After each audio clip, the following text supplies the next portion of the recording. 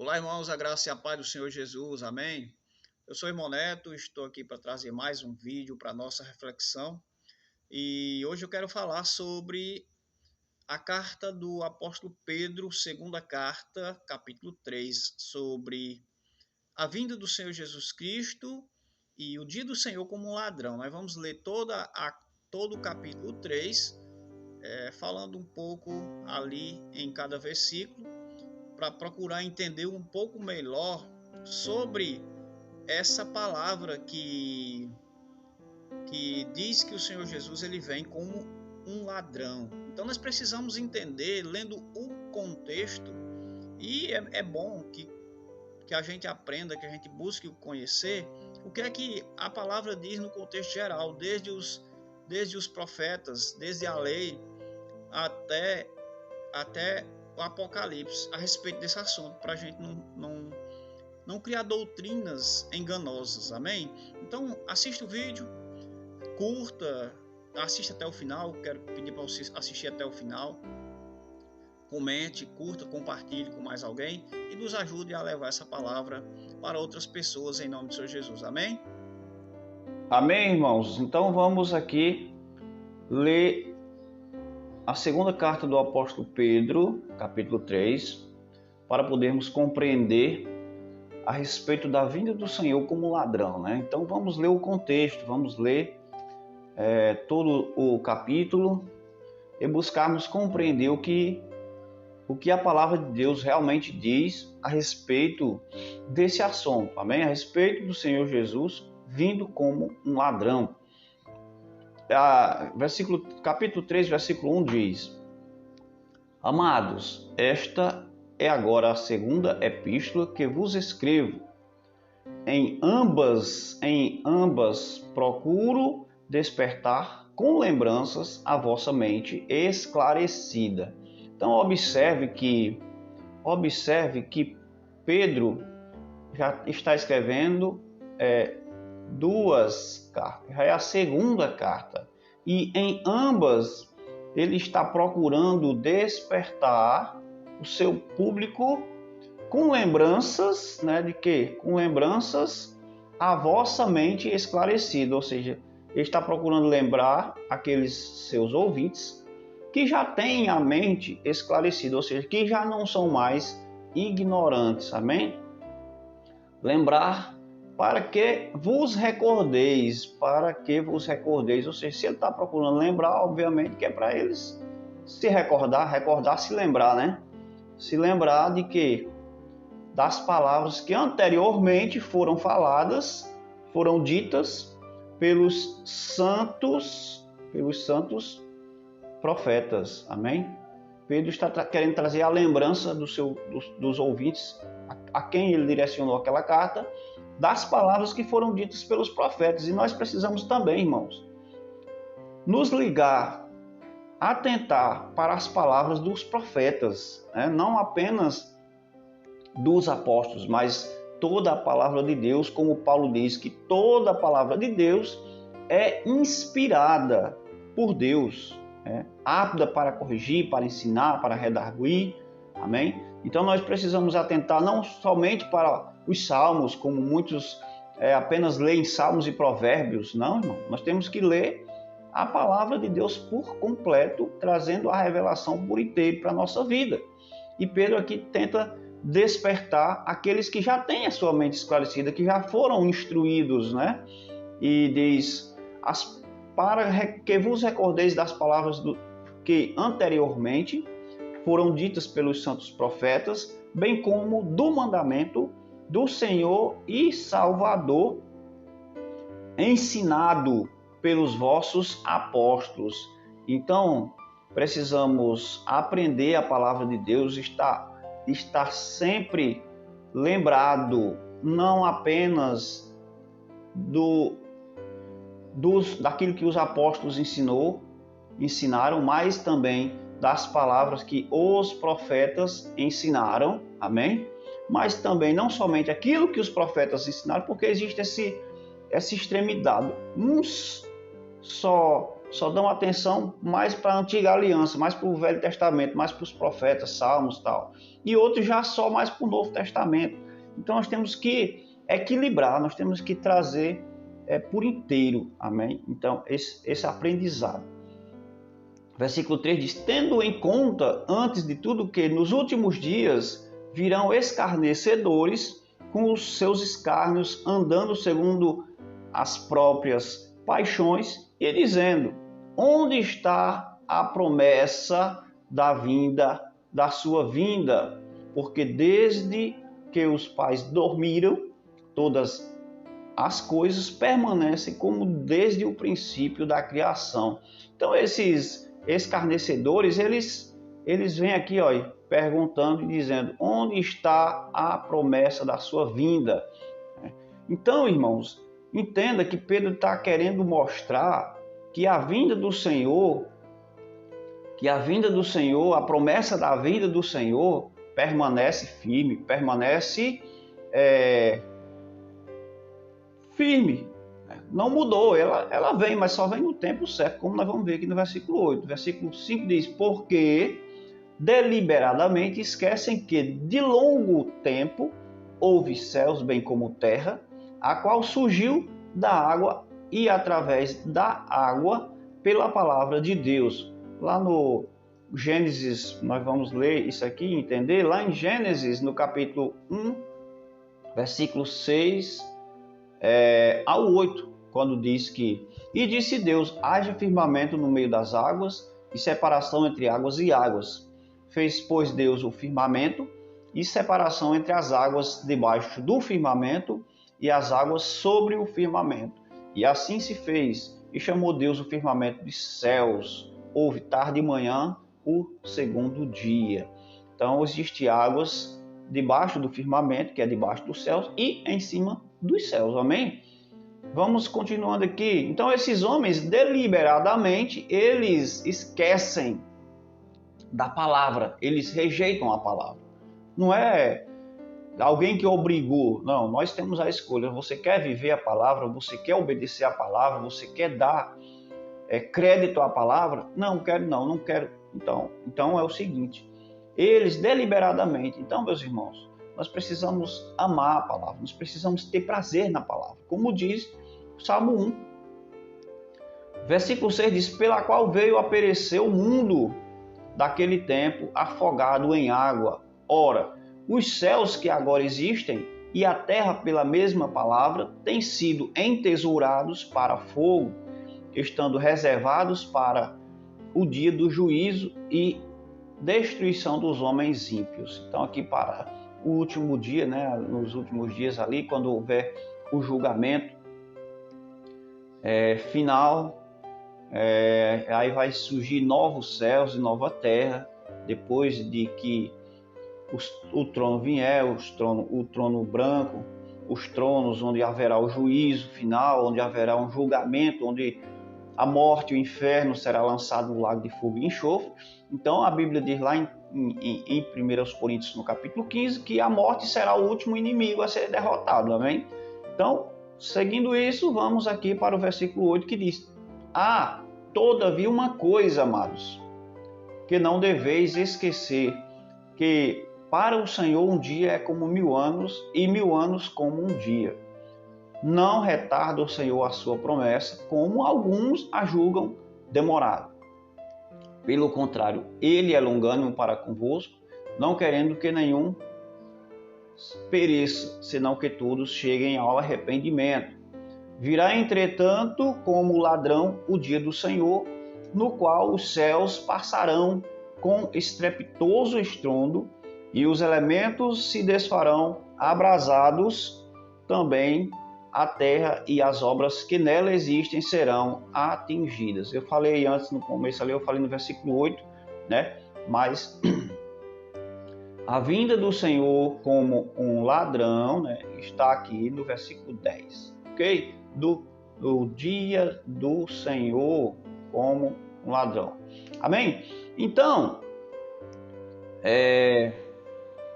esses homens, eles preferiram escarnecer, esquecer da lei do Senhor, mas Pedro chama a atenção que a promessa de Deus está de pé e que ela tem um tempo para se concretizar, para ser realizada, né? E que para Deus um ano, um dia é como 1000 anos e 1000 anos é como um dia. Ou seja, Deus não esqueceu da promessa. A promessa está de pé e vai se cumprir, mas é no tempo determinado. Amém? E nós precisamos aprender também sobre os tempos determinados, que são as festas fixas do Senhor. Tem uma referência para nós, está lá em Levítico 23. Eu acho que é Levítico 23 ou é número 23. Depois eu vejo aqui. Então, virá como ladrão. Amém? Versículo 11 diz: visto que todas essas coisas hão de ser assim, desfeitas, devei ser tais como os que vivem em santo procedimento. Então, Pedro está dizendo, olha, falando para pessoas que já estavam instruídas, trazendo à lembrança as profecias, ele diz, visto que tudo isso vai acontecer, os céus vão ser desfeitos, a terra vai ser desfeita, e o dia do Senhor vem como um ladrão para aqueles que não estão atentos, para aqueles que não conhecem, para aqueles que não estão esperando. Visto que todas essas coisas vão ser assim, desfeitas, deveis ser tais como os que vivem em santidade. Em procedimento santo é santidade. Amém? Dá para entender isso? Que se nós sabemos que as coisas vão acontecer assim, que a terra vai ser, os elementos da terra vão ser queimados, que as coisas vão ser desfeitas, nós devemos ser como os que vivem em santidade. Amém? Então, se você vive em santidade, está atento para as promessas, está ligado na palavra, em tudo aquilo que os profetas e os apóstolos falaram, então você não vai ser pego de surpresa como alguém que está em casa e chega um ladrão. Não, você vai estar esperando e apressando a vinda do dia de Deus. Qual é esse dia de Deus, irmãos? Se não é o dia do Senhor. Amém? Por causa do qual os céus incendiados serão desfeitos e os elementos abrasados se derreterão. Nós, porém, segundo a sua promessa, esperamos novos céus e nova terra, nos quais habita a justiça. Então, nós não estamos dormindo. Nós não estamos dormindo, nós estamos acordados. Nós somos do dia e não da noite, nós somos da luz e não das trevas. Então, nós que estamos acordados e somos do dia, nós não estamos dormindo para que aquele dia, para que o dia do Senhor, para que o dia de Deus não nos pegue de surpresa. Amém? Versículo 14 diz, por esta razão, pois amados, esperando estas coisas, você está esperando? Você está esperando que isso venha acontecer? Está esperando? Se você estiver esperando, quando ela vier, você vai ver. A Bíblia diz que todo olho verá. Todo olho verá. Amém? Esperando essas coisas, empenhai-vos por serdes achados por ele em paz. Então, seja achado por ele quem? Pelo Senhor, em paz, sem mácula. Sem mácula quer dizer numa vida santa, numa vida irrepreensível, amém? Irrepreensível. O que é isso? Vivendo para Jesus, buscando agradar a Deus, uma vida santa na presença do Senhor. Se você está esperando o Senhor Jesus, se nós estamos esperando o Senhor, nós devemos viver de forma que quando Ele vier, nos ache irrepreensíveis. Óbvio, né? Então, versículo 15, e tendo por salvação a longanimidade de nosso Senhor, como igualmente o nosso amado irmão Paulo escreveu segundo a sabedoria que lhe foi dado. Paulo foi um homem que Deus usou muito em vários assuntos e com grande sabedoria, que o escritor aqui vai dizer, versículo 16, para Pedro, né, diz assim, ao falar acerca destes assuntos, como de fato costuma fazer em todas as suas epístolas, Paulo escreveu sobre o assunto da vinda do Senhor nas suas epístolas, né? E ele diz, nas quais há certas coisas difíceis de entender. Nas cartas de Paulo, há certas coisas muito difíceis de entender, e é verdade. Amém? E ele diz aqui que os ignorantes, então, quem que faz isso? Olha, os ignorantes e instáveis, eles fazem o que? Eles deturpam. Os ignorantes e instáveis deturpam.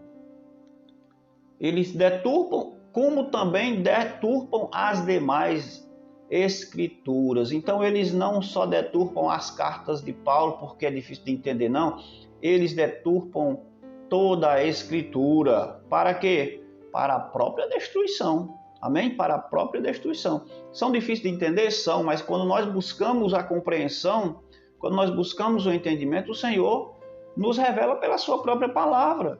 Se buscarmos nos profetas, se buscarmos nos salmos, se buscarmos no contexto bíblico, nós vamos entender o que Paulo estava dizendo.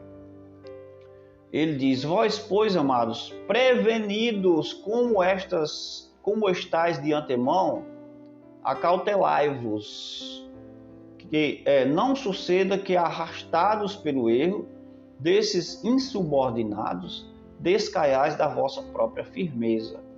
Então, o que o apóstolo está dizendo aqui? Vocês, amados, já foram prevenidos. No começo ele não diz prevenidos, ele não diz aqui que está despertando eles, para que eles se lembrem daquilo que já foi falado para eles, daquilo que eles já aprenderam com a sua mente esclarecida. A mente esclarecida é que eles já conheciam o assunto. Amém?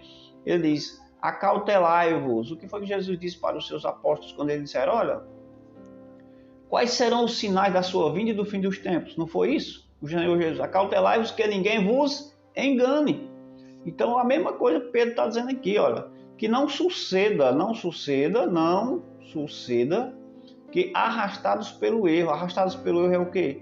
Ser levados pelo pecado, ser enganados por conversas enganadoras destes insubordinados ou falsos profetas ou desobedientes. Vocês vão descair da vossa firmeza, ou seja, continuem firme na palavra, continuem firme na promessa, porque o Senhor Jesus ele vem e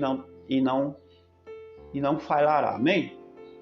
E o apóstolo encerra aqui o capítulo 3 dizendo o seguinte: antes, ou seja, antes de tudo, cresça na graça e no conhecimento do Senhor e Salvador Jesus Cristo. Então, meus irmãos, nós precisamos crescer na graça. Sim, nós fomos criados para crescer, tá certo? Nós fomos criados para crescer na graça, sim, na graça, mas também no conhecimento. O que significa? Que nós precisamos ser cheios da presença de Deus, cheios do Espírito, mas nós precisamos também ter o conhecimento. Paulo ele diz em Gálatas que ele era, na sua época, melhor do que muitos da sua idade. Paulo diz isso. Então, o apóstolo Pedro está dizendo: antes crescei na graça e no conhecimento de nosso Senhor e Salvador Jesus Cristo. Então, meus irmãos, é necessário que nós venhamos a crescer na graça e no conhecimento. Muitos têm ficado acomodados. O apóstolo Paulo, no capítulo 3 de 1 aos Coríntios, ele repreende os coríntios por viverem uma vida carnal e infrutífera e sem crescimento. O escritor aos Hebreus, ele diz no capítulo 5 também, que muitos daqueles irmãos a qual ele estava falando deveriam ser mestres e continuavam bebendo leite, continuavam precisando de ser ensinados como crianças. E quantos de nós precisam ser ensinados como crianças, já sendo velhos na fé, já deveriam ser mestres, já deveriam estar cooperando, deveriam estar trabalhando, deveriam estar ensinando, e estão precisando de ser ensinados. Então, meus irmãos, o Senhor Jesus, ele nos chamou para crescer, para dar frutos e que o nosso fruto permaneça. Como é que nós vamos dar frutos se nós nem crescemos?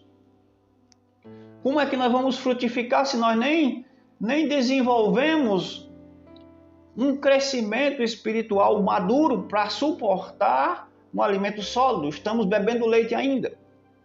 Então, se lembre, a promessa do Senhor, ela não caiu por terra, ela continua firme, mas ela vem no tempo certo, e o Senhor, ele vem como um ladrão para aqueles que não estão esperando. Se você está esperando, quando ele vier, você vai ver, você vai estar atento, você vai estar preparado. Mas se você estiver aí amoldado como o mundo, priorizando as coisas terrenas, se divertindo, buscando entretenimento, achando que a vinda do Senhor está tardia, que ele não vem mais.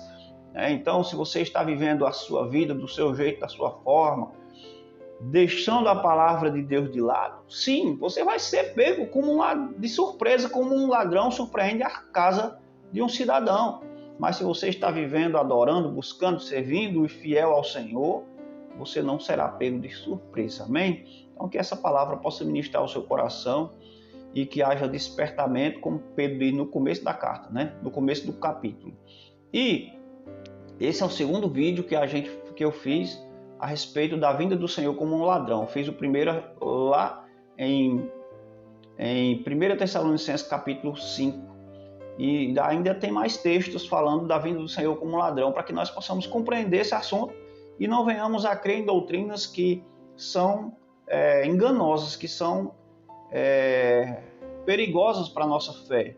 Porque quando nós cremos que o Senhor Jesus vem como um ladrão e arrebata a sua igreja de uma forma secreta, onde ninguém percebe, isso é algo que é perigoso para a nossa vida espiritual, amém? Então fique atento e esteja aí abençoando mais vidas com o nosso vídeo, compartilhando, e em nome de Jesus eu te agradeço.